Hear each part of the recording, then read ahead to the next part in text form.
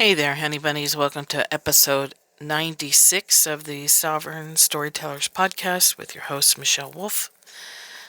This episode is about being conscious of your physical body. Now, I don't know what the title will be. I'll come up with something. It's being able to tune in and tune out of your body. Now, our hearing is a great place to start with trying to understand what it means to be in the body. You hear that all the time. You're not in your body. Get in your body. And it's not uncommon for people to ask me, what does that mean? We say that a lot, people who've been in energy land for a while. We say that a lot. Well, you're not in your body. Well, for new people, I think we forget that new people don't understand what that means. And often I think even old people don't understand what that means. I didn't understand a deeper layer of what that means until a few years ago, about 4 years ago. So I have another episode coming up on that about being present versus being grounded. There's a difference there that I don't hear us talking about. So I'll do that next time. But for this one, being aware of your body is what is meant by being in your body. Being aware of what your body's asking for with regard to food, sex, sleep, water, environment, employment, relationships, like everything. Your body is like this living radio tower, cell phone tower of intuitive information that has answers for you, but you can't get to those answers if you're not in your body, if you're not aware of the signals that your body is sending, if you don't trust your intuition enough to follow the impulse to go mow the lawn and the impulse to move an old medicine wheel that's been there forever, for over 4 years, only to discover it was still active. Okay, the soft little impulses that move you in right timing to do certain actions with your body that impact your life, releasing that medicine wheel. And I use the word medicine wheel, that is in my lineage and my training. So, just to assuage any valid fears about cultural appropriation. I don't use that term very often because of that, but I am trained in that, and that is in my energy lineage and my biological lineage. So there was a medicine wheel built on this property the first time I had a retreat, and it was extremely powerful, and I, following my body's impulses, discovered that it was still running and it was time for it to be taken apart. That's highly unusual. In my experience, it is completely new to me that one would still be active and I not be aware of it, that I wasn't supposed to be aware of it. So anyway, back to the topic at hand, consciousness of your meat suit and its highly sensitive information giving abilities that we aren't aware of, okay? We check out of our bodies, we disconnect, we turn off our awareness of our bodies when things get uncomfortable during trauma and just normal growing up. Okay, even if nothing terrible what we would describe as terrible never happened to you, things happen when we're little that our nervous systems they're not grown up enough to handle, to process. Your parents having an argument, you being in the car during a car wreck, you experiencing awareness of a disembodied energy, a ghost, or, a soul that hasn't crossed over, and your nervous system is like, we can't handle this shit, and so turns it off.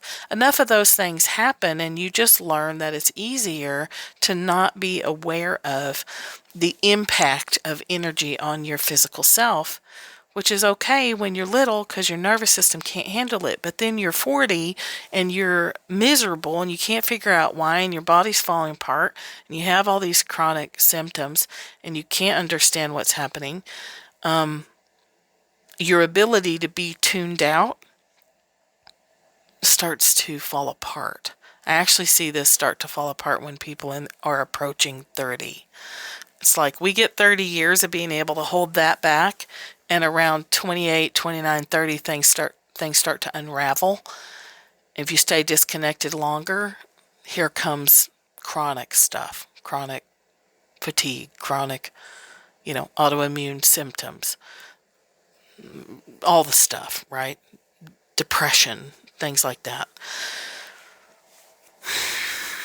If you think about this in terms of hearing, it might be easier to grasp.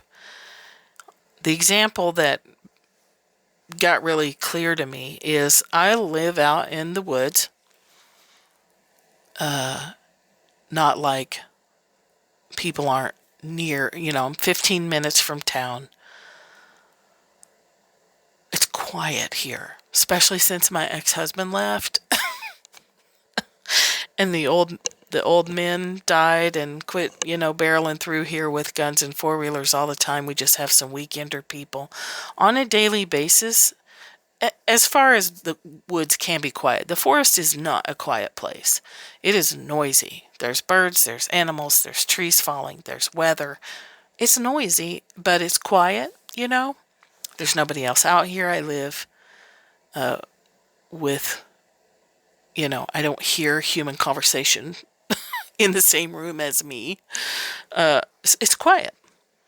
So then I go to my granddaughters, and they sound like a Black Sabbath concert. Like, they sound so loud. The impact of their energy on me is loud. I'm a projector with all open centers except for the top three, my head, third eye, and throat. So when I'm out here in the woods, I'm functioning pretty much at home base, like quiet, pretty chill, nothing going on, as long as I'm aware, not picking up the world, and I'm letting everything flow through me. I'm good. I'm at peace. I'm allowing all that stuff, right? That's my home base. Then I go among the children, and they are gale force winds. We've said this from birth, they have powerful presence. They are little Amazon goddesses. They're here to do shit, and they are busy. They're generators. They're 6-year-old twins, and they are busy. And they're vocally loud. Like, they're just loud. They're 6, they don't get it. So I go from this quiet environment, and they are so loud to me. But the reason that they're so incredibly loud is because they're incredibly loud, but also because I don't live with them, so I don't tune them out, right? Their mother can tune them out because she lives with them half of the week. Half of the week they're with their other parent, their other mother. But she can tune them out, right? Because she's used to them. I tune out the noise of the forest because I'm used to it. I'm not aware of it unless I go outside and open my awareness deliberately. Like, oh, I've been hearing, it'll sink in on me. Like, oh, I've been hearing a hawk call for a while. I wonder what that's about. And I'll go outside and take a look. I tune it out. Our ears tune out the noise of things that were always around. Because we don't need to be aware of it, right? Our brains are efficient that way. We don't need it. We tune it out. What we're used to. If I spend more time with my granddaughters, which I will do when I live closer, I will not experience them as a punch in the energy system. Kaboom! I won't experience them that way because I will be around them more, and so I'll be automatically tuning them out. What happens now is I have to consciously turn the volume down in my ears and my energy, right? I'm sensitive to sound anyway. I'm quiet, my daughter's quiet.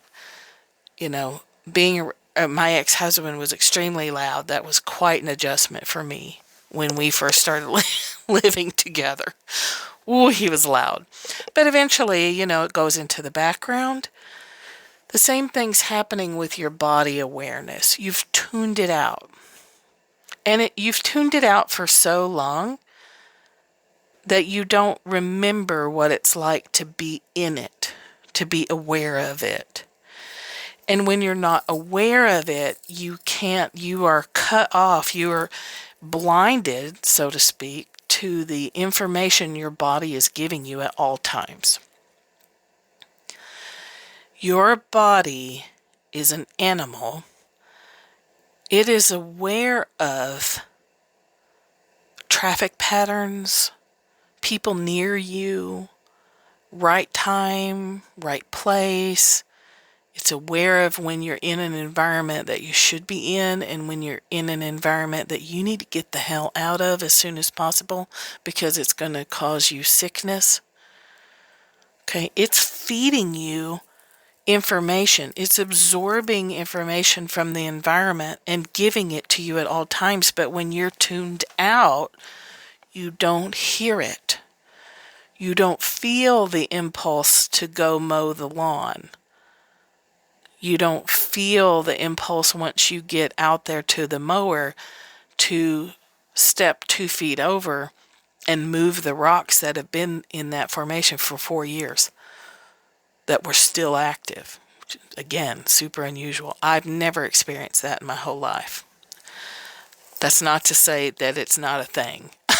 I'm just saying for me personally, I was like, what the what? This thing's still running. As I was pulling it apart, I felt the energy snap and was like, oh my God, this thing has been running this whole time. And I didn't know it. When I'll talk more about this, but I was going through a class a few years ago, and I was told that I wasn't grounded. And that was like unbelievable to me. I didn't think she was wrong because I trusted the teacher. I trusted her perception. But it completely blew me away. I couldn't believe it. How could I not be grounded? How could I not be in my body? It didn't even compute. It was like someone speaking a sentence of ancient Greek to me. It was like, I hear words coming out of your mouth, but they aren't making any sense. I was so unaware. I had turned the volume down so low that I couldn't hear it.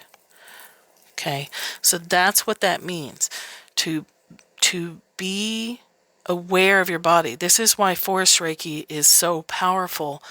It's the kind of energy, the universal life force energy practice that goes beyond Usui Reiki. I will never criticize Usui Reiki. It was appropriate for the time. It was brought through by a very powerful man, and a lot of what is taught now has nothing to do with what he was doing and the way he taught. If you want to really dive deep into Usui Reiki, you need to go read Franz Stein. Stein? Frans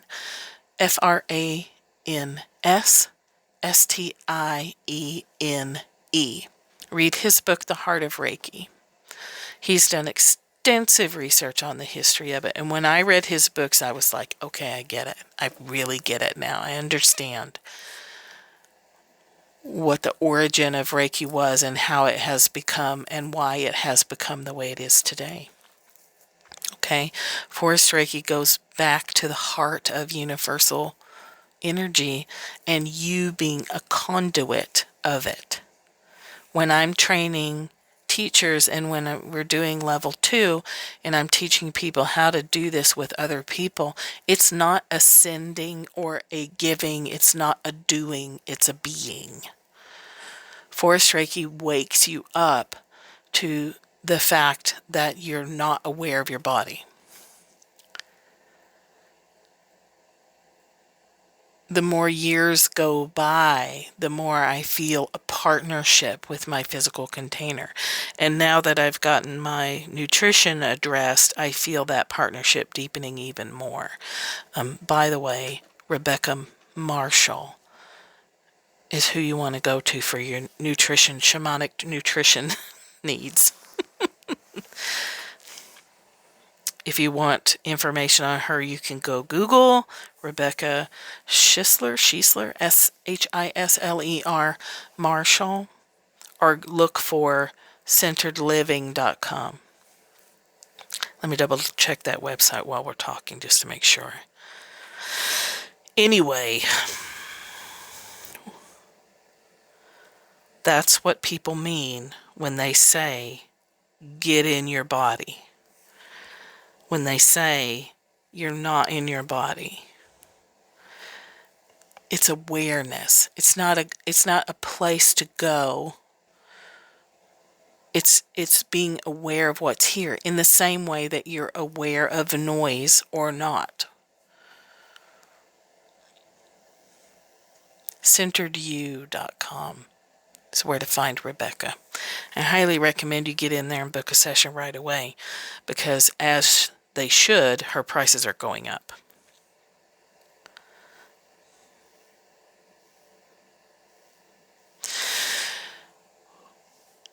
When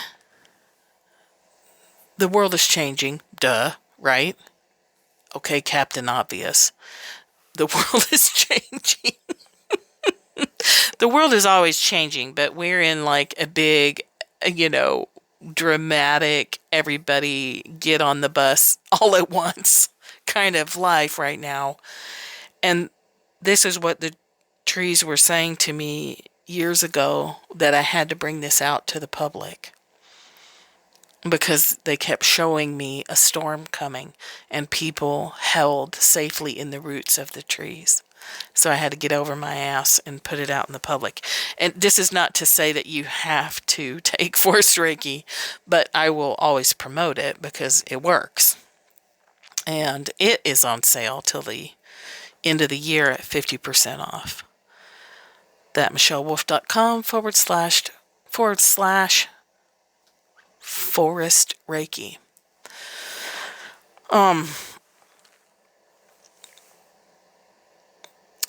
Other energy works. Being out in nature, just doing that works. Addressing your food and your stimulant intake, sugar, caffeine, gluten, the things that we don't digest very well, and the things that stimulate our nervous system in ways that aren't effective. When you start addressing what you may be addicted to, behaviors that you're addicted to, the things that we use to stop our awareness, to keep ourselves blind to our body. We're body blind.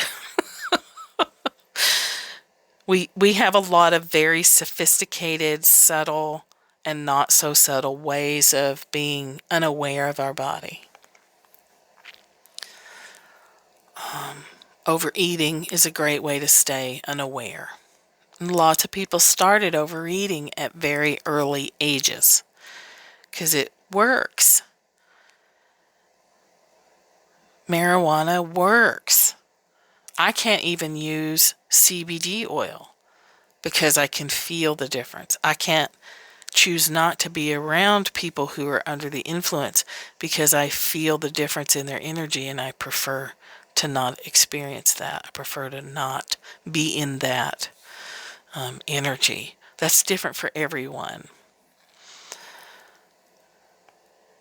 We disconnect from our body when we sit at the computer for 6 hours and we don't drink any water and we don't get up and go pee and we don't stretch. You should not be sitting at the computer any longer than maximum 45 minutes without stretching, standing up, taking a break, closing your eyes, go get a drink of water, get away from that screen, you know. And a lot of us are guilty of that. You can only do that because you're used to ignoring the signals from the body that you feel the need to pee and you tune it out. You ignore it till it gets stronger and stronger and stronger. And I'll just forewarn you, as you get older, your ability to keep that in goes down. Your ability to ignore the call of nature decreases.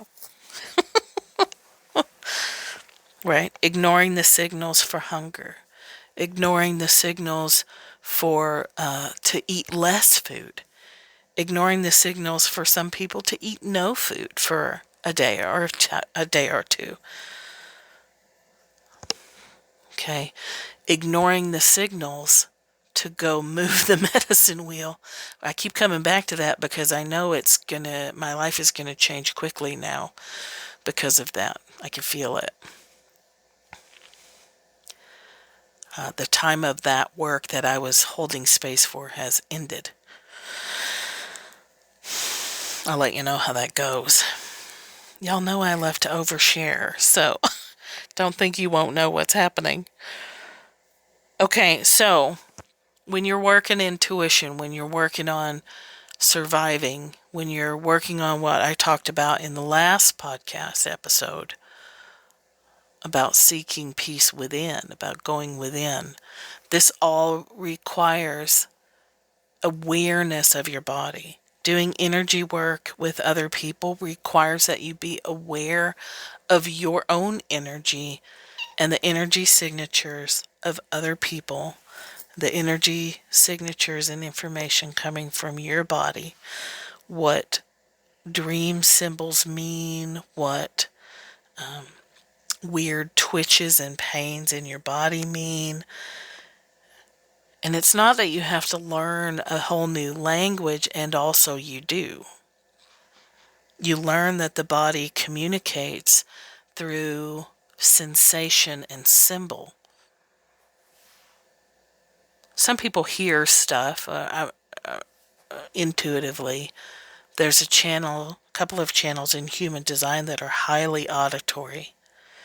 You'll hear things inside. You might see words in your head. That's information.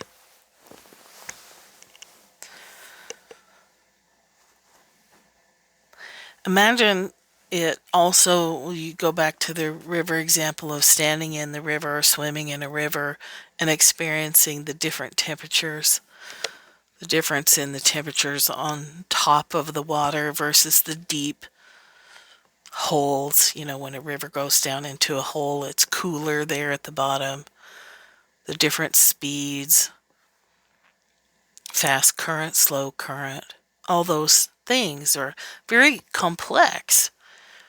If you think about it, it's a complex system of one substance, water, being experienced in a huge variety of ways. It's only one thing, it's just water. Water running in a channel in the ground, but you can experience multiple temperatures, multiple speeds,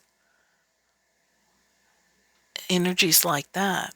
It runs through your body. Your body is made of this earth, and all kinds of energies are running around you. And your body's aware of them all. Your mind won't be, because it learned to turn that off. We tuned out. What the world is asking of you, if you want to survive and thrive in what we are in the midst of transforming, it's requiring that you tune back into your body, which is a process that can take a long time. My suggestion is to use these high, fast running currents of energy to rip the Band-Aid off and get back aware of your body a little faster. That's your choice. A daily practice opens the door to that. Asking your body, what are you trying to tell me? Asking of your guides and yourself, I think I'm in my body, but am I? Is there another layer to this experience that I could open up to? And how do I do that? Your body will tell you. When you feel a little flicker of impulse to turn the TV off, turn it off. When you feel when getting on the computer feels repulsive, don't do it. If you have to for work, make it as minimal as possible. Take more breaks. When your body is like, I don't want to eat, don't. I'm not a doctor, so, if you have stuff that you need to deal with, work with your doctor if you're going to do fasting of any kind. But when your body's asking for more whole foods, eat them. If it's asking for bizarre foods, explore that. Start to turn to your body in the same way that you would turn to an oracle card deck. Ask your body first, then pull a card. That is a great practice to start to engage the body. Ask your question to yourself. See what comes. Then pull a card and see if it relates. Don't go to the opposite. Don't go to the card first because your mind is seeking an answer. Ask your body. You got your body with you all the time. And you don't have to shuffle or lay a card spread out if you want to go right to your gut. And what you may find in that practice is that you're not aware of your gut. You're not aware of that second brain. You're not aware of your feet. You're not aware of the energies that are coming through you and swirling around you at all times. There's a lot to this that you'll discover along the way. There are lots of embodiment practices out there. There's lots of embodiment coaches and teachers out there and guides. If you want that from me, you know where to find me. You can book a discovery call on the website. Right now I'm heavily grounding in Forest Reiki and human design. Even in the website services that I'm adding, those are still going to be influenced by those other two modalities or frameworks, whatever. Those other two things. So if you want a very basic starting point, start with the 15 minutes of silence. 5 minutes if you need to start even smaller. 5 minutes of silence, asking your body questions, feeling sensations in your body, wiggling your toes on the floor, and being aware of your toes are as sensitive as your fingertips. But we're not aware of that. We've tuned it out. So it's not that it doesn't exist, it's that we're not aware of it. Just like a mother can tune her kids out. They become background noise unless there's a screaming or a certain kind of cry, that all parents know, moms and dads. If you don't have kids, your fur babies, you tune their noise out unless you hear a certain kind of noise. Or with kids, you hear a certain kind of quiet where you're like, uh-oh, everything's gone quiet. What are they doing? Okay, that silent practice. Walking meditation can be a great way to start with embodiment. Walking meditation, which you can find plenty of videos about.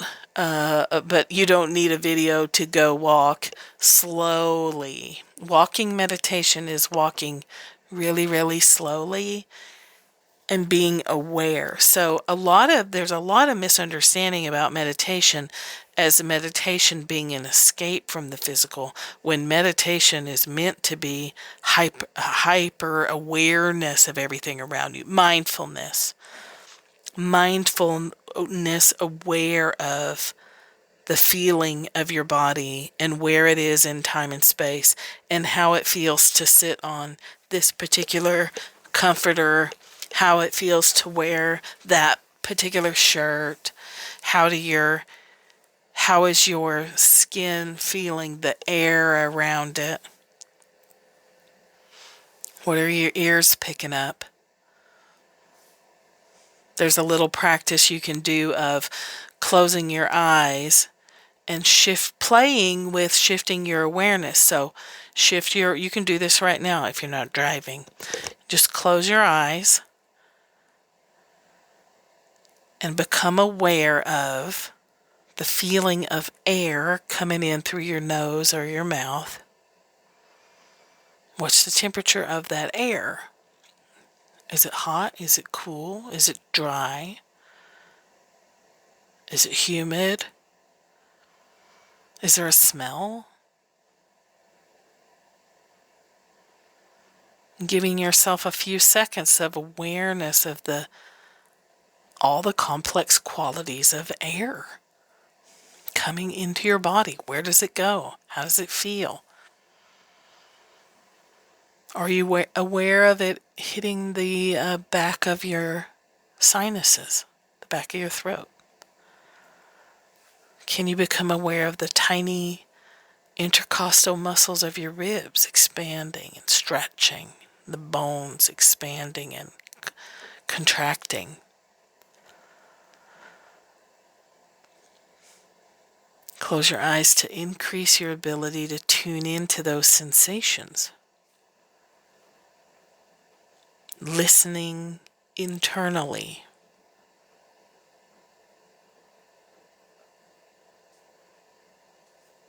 And now with your eyes still closed, tune into the room, the sounds in the room. What do you hear? I hear my air filter running. You might actually hear that too. I hear the metal roof popping as the temperature outside changes.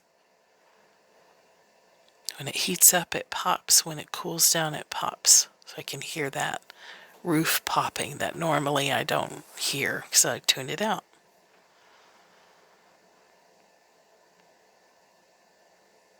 What sounds do you hear with your ears?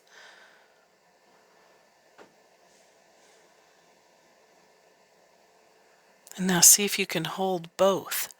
The sensation in your nose or your mouth of breathing, the sensations of your ribs and your lungs expanding and contracting, and the sounds of the room.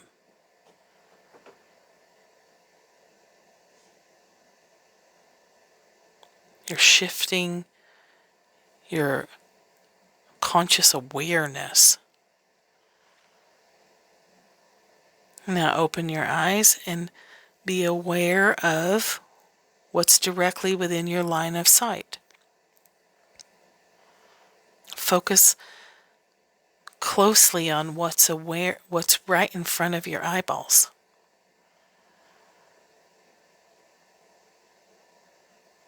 And now take your attention to your peripheral vision. What's to the side of you, left and right? When you take your attention to your peripheral vision, your forward focus softens automatically. Because now you're focusing on your peripheral. And take your attention back to what's right in front of you. Now soft focus your eyes so that you can hold what's right in front of you and what's on the sides at the same time.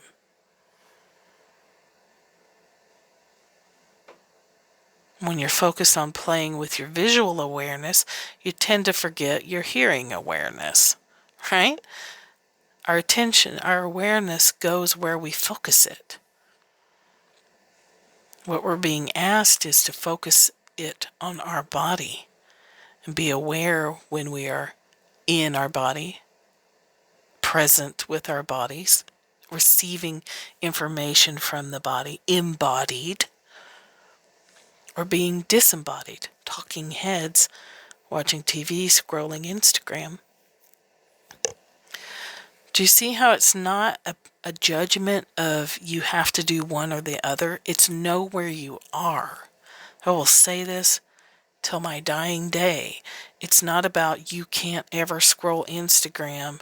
You have to always be aware of your body. It's not that. It's be aware of where you are.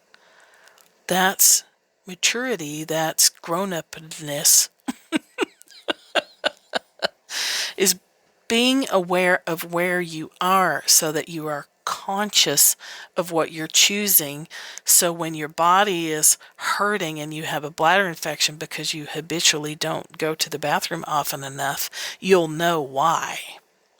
You won't be baffled by this problem with your bladder. Well, I don't know what's going on. My bladder's all fucked up. I got a bladder infection. Whatever. I don't know why I'm focused on bladders today. I don't need to go pee right now, so I don't know what that's about. Somebody out there, one of y'all's got a chronic bladder thing going on. I'm going to blame it on you. But you know what I mean? Like you're not confused as to why you're struggling with your weight. You're not confused as to why your day has slipped away. Assuming that. Again, I feel like I have to throw a disclaimer in now. Assuming that you don't have other things going on and you're just unconscious. That you don't have, this is coming from the assumption that you don't have, like legitimate things going on in your brain that make it harder to stay aware.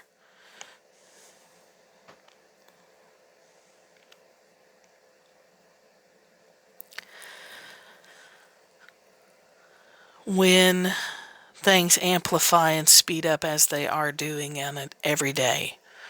I mean, this is being recorded at the end of August 2020, and we're not even in the worst of it. It's coming. It's amplifying. Okay, you want that awareness of your body so that you are in the right time, at the right place, encountering the right circumstances, moving when you need to move, being still when you need to be still. Your body is conscious of and standing by to guide you through the chaos in the best way possible for you. But you have to be aware of it. You have to be aware of where you are so that you can make your conscious choices. This doesn't happen overnight. Start now. I'm assuming if you're listening to this podcast, this is not news to you, but this may be a reminder or a different way of looking at it. An encouragement to deepen the practice, perhaps with frequency, practicing twice a day or several times a day. You can practice mindful tuning into your body several times a day. I recommend that you set an alarm to go off every hour and start asking yourself, what was I just thinking about? What was I just doing or not doing? What do I need to do now for the next hour before the next alarm goes off? Fine-tuning this awareness, this conscious awareness, is really what you can learn to trust to keep you safe, doing what you need to be doing, eating what you need to be eating, because that changes over time. So disappointing to find that out. I don't know about you, but I've spent a lot of years looking for one right way to eat, and there isn't one because my body's always changing, so my nutritional needs are always changing. Damn it.